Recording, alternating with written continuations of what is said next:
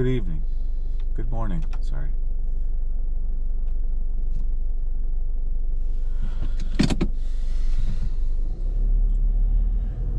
Well, no longer today. Yesterday was the day of my interview. And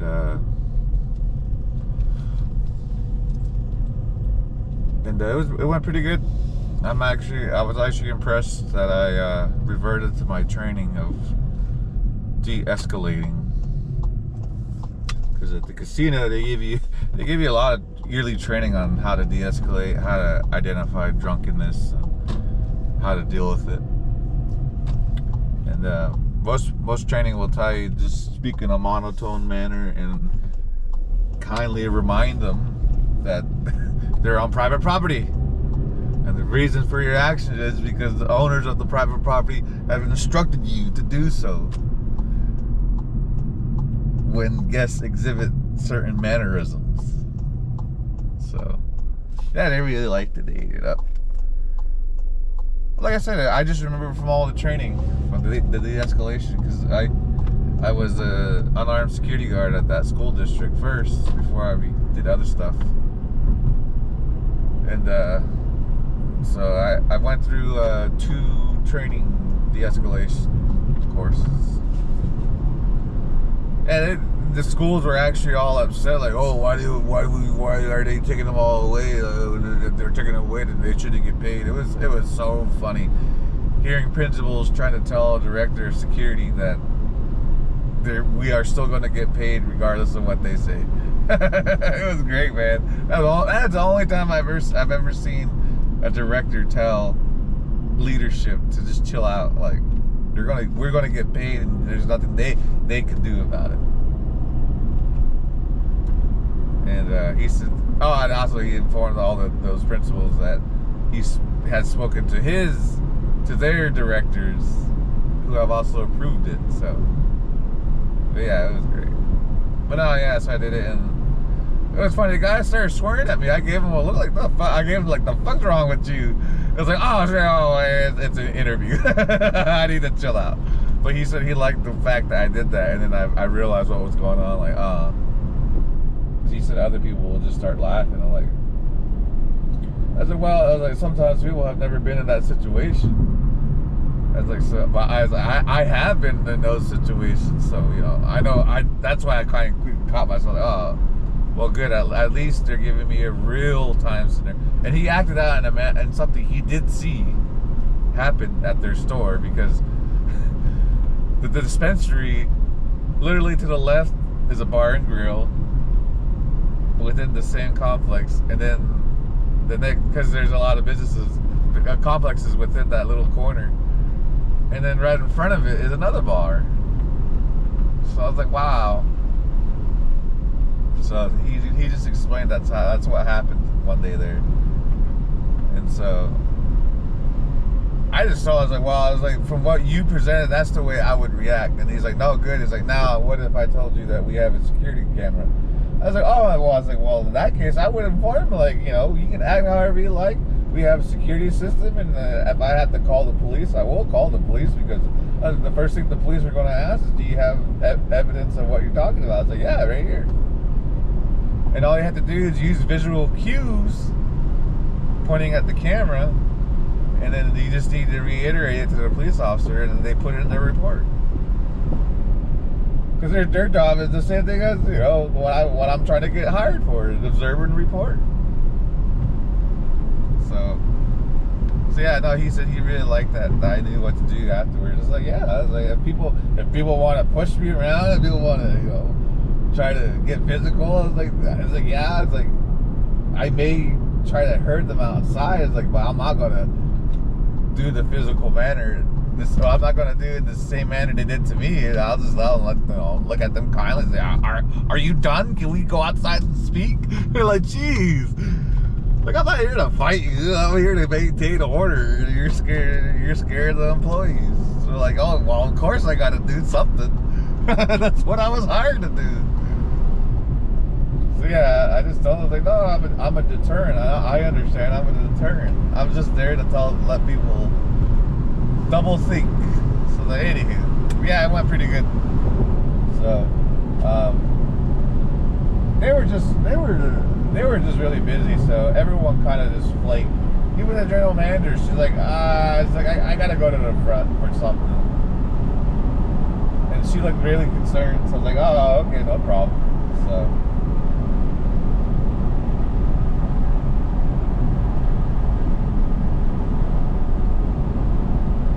And they wanted me to check IDs and stuff. Like, oh yeah, I was like, I know how to do that. I got training on how to check for real and fake.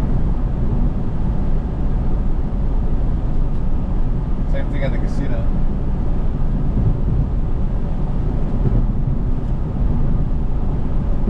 Because at any time, you know, if they're short staffed and they need people to start checking IDs, yeah, anyone can do that. So we just need to do it properly.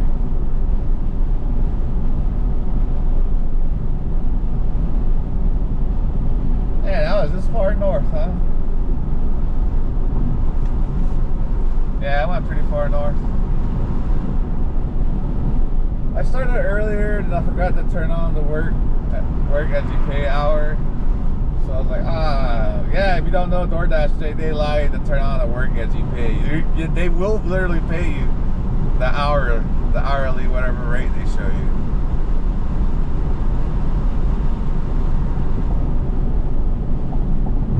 The highest I've seen is like 20 something. I was like, oh wow, $20 an hour, that ain't that bad at all. Because anybody, all you do two deliveries for that hour. Now you just got $20 and whatever they gave you afterwards. Yeah, I was a guy on a scooter. Getting all his belongings packed up.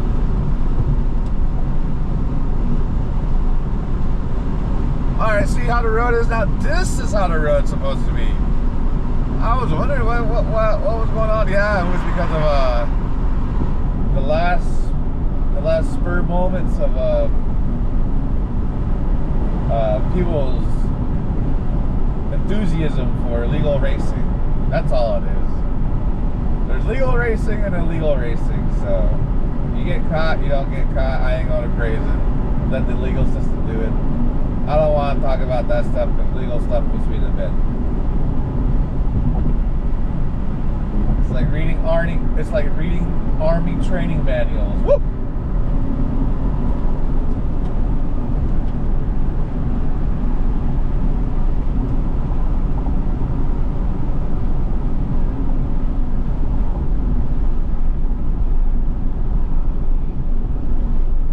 But yeah, no, the interview went great. The reason why I said it went great was the very first thing they did was they really offered me a full-time position if I wanted to wait for it, or work part-time, and then once my part-time could be filled, I could move over to full-time, in which I told them, okay, no problem at all. Like, if you're willing to give me a job offer, I am willing to do as you said. Like, I have no problems with that at all. And I said, with you already giving me an incentive, I was like, I'll tell you right now, I want to stay here for 20 years. And the guy's like, really? I was like, yes. I was like, you would be surprised how many people don't know what to say in an interview. They expect you, the person they're interviewing, to give them all the answers. It's like, you people are crazy.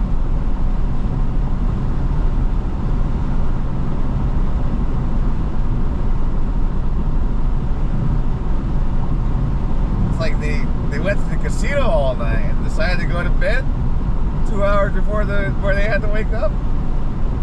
That's the type of behavior that's the type of behavior I get when people act like that. Like, man, there's a time and place. Jeez. Just wait, save your money for the time. That's all you need to do. Oh well. I ain't no saint. I know that call and feeling. I'll use an idiom, that's the siren's call. I know that call very well. When I used to watch videos of making cocktails because I was curious about it, and I almost decided to start drinking again. There was I think it was Australian. but he lives here. He said the first thing that blew his mind was when he moved here and he hung out with some local patrons of his where he lived at. He's obviously not Australian nor his skin color. They introduced him to 40s, 40 ounces.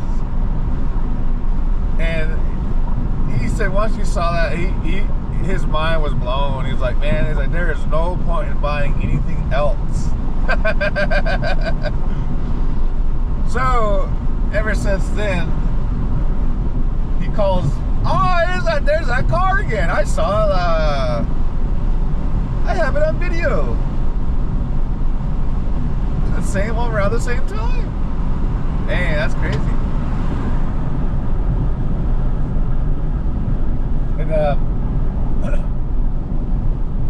so he referred to the 40s as whenever he goes to like a 7-Eleven, because that's what he goes to mostly.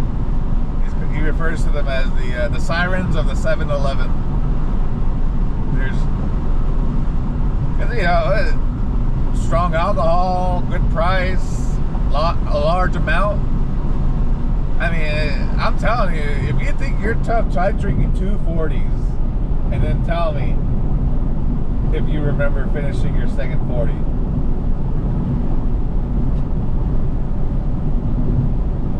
Or did you wake up to 2 empty 40s, or an empty 40 and just some 40 left? So, man, that was great though. I don't blame that guy, like, because in Korea they didn't have it, and then whoever was in charge of the Class 6s for the Korean Peninsula, that Korean guy knew what he was doing. He started buying freaking 40s by the cases. Yeah, in the Army you could buy a case of 40s. That blew my mind, man. 6 40s, like, oh my gosh. It was like 20 bucks, I think. Like less than 20 bucks. Yeah, they used to be all gone. Those and Mickey's. And the cool thing is, when Mickey's did have the Mickey's grenades, they're gone now. Or the Mickey cakes, because there was a guy, his last name was Hayes, a black guy. I got along with him pretty well. Not too many people did, but he talked to me and we hung out, we drank and stuff like that. I always felt bad I never bought him any grenades. Because he knew I was, I had hardly any money as a private. So he would just say, nah, man, it's cool. And yeah, he would come over to my barracks room randomly on a Friday, like, hey, you want to drink some Mickey's? And I felt really bad after a while, like, nah. And then I was going to move to another battalion, because after that I would drink with him here and there, and then I started actually buying Mickey's. I give him money and have him buy the Mickey's. And before I moved to battalion, because I got promoted and everyone was getting mad because like, oh, you did nothing for that promotion. I was like, it's not my fault. The Army's the one that promoted me. So he actually told me though. He said he had no problems at all the times he offered to drink, and he's like, he was happy that I actually did it with him. We would always talk about hip hop. He liked Pete Rock, man. He would just start spitting Pete Rock rhymes, and I just start laughing like, man, yeah, that's good shit. Like, oh, I remember. That's when I was really into Pete Rock, and I knew all of a good amount of his songs. So yeah, he was a cool guy. And then come to find out, like 2-3 months before I left, I never knew, because I never asked about his background. But he was getting in trouble because he kept having, I think he was like up to like 9 kids in the Army. So the Army was starting to get mad.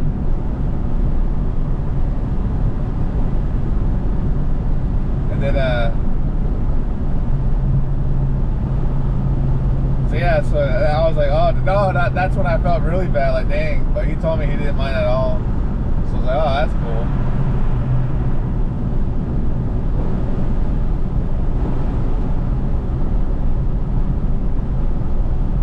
I forgot why I got that story.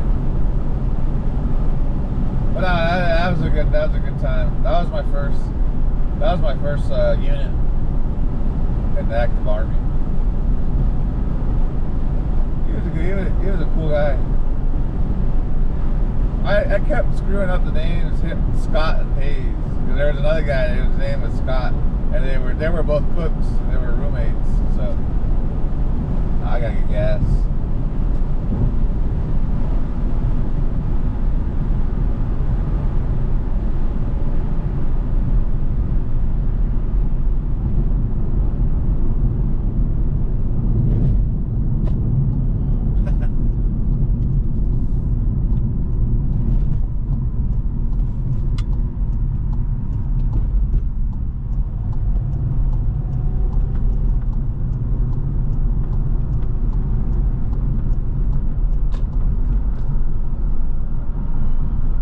I think one of our drunken nights, a guy had actually threw a punch at me. I think he caught it. I can't remember. But I remember the next day, he did come over. I remember one time he did come over. He's like, did you get hit? He's like, I was like, did I get hit? I looked in the mirror. He's like, I don't think so. I don't feel any pain. He's like, all right, cool. He's like, no, there was some guy who got randomly pissed off at you last night, and he tried to hit you, and he's like, I deflected it with my arm, and then I just dragged him outside, and I finished the business. I was like, oh dang! I didn't know he was that type of guy. I was like, oh dang! He's like, it's cool, man. He's like, that's what's up, though. That's what's up. He's like, you didn't do it out there. He's like, you didn't trip out and nothing. I was like, oh. I was like, well, of course not, man. I was like, you and I were hanging out and drinking. So, yeah, I remember that.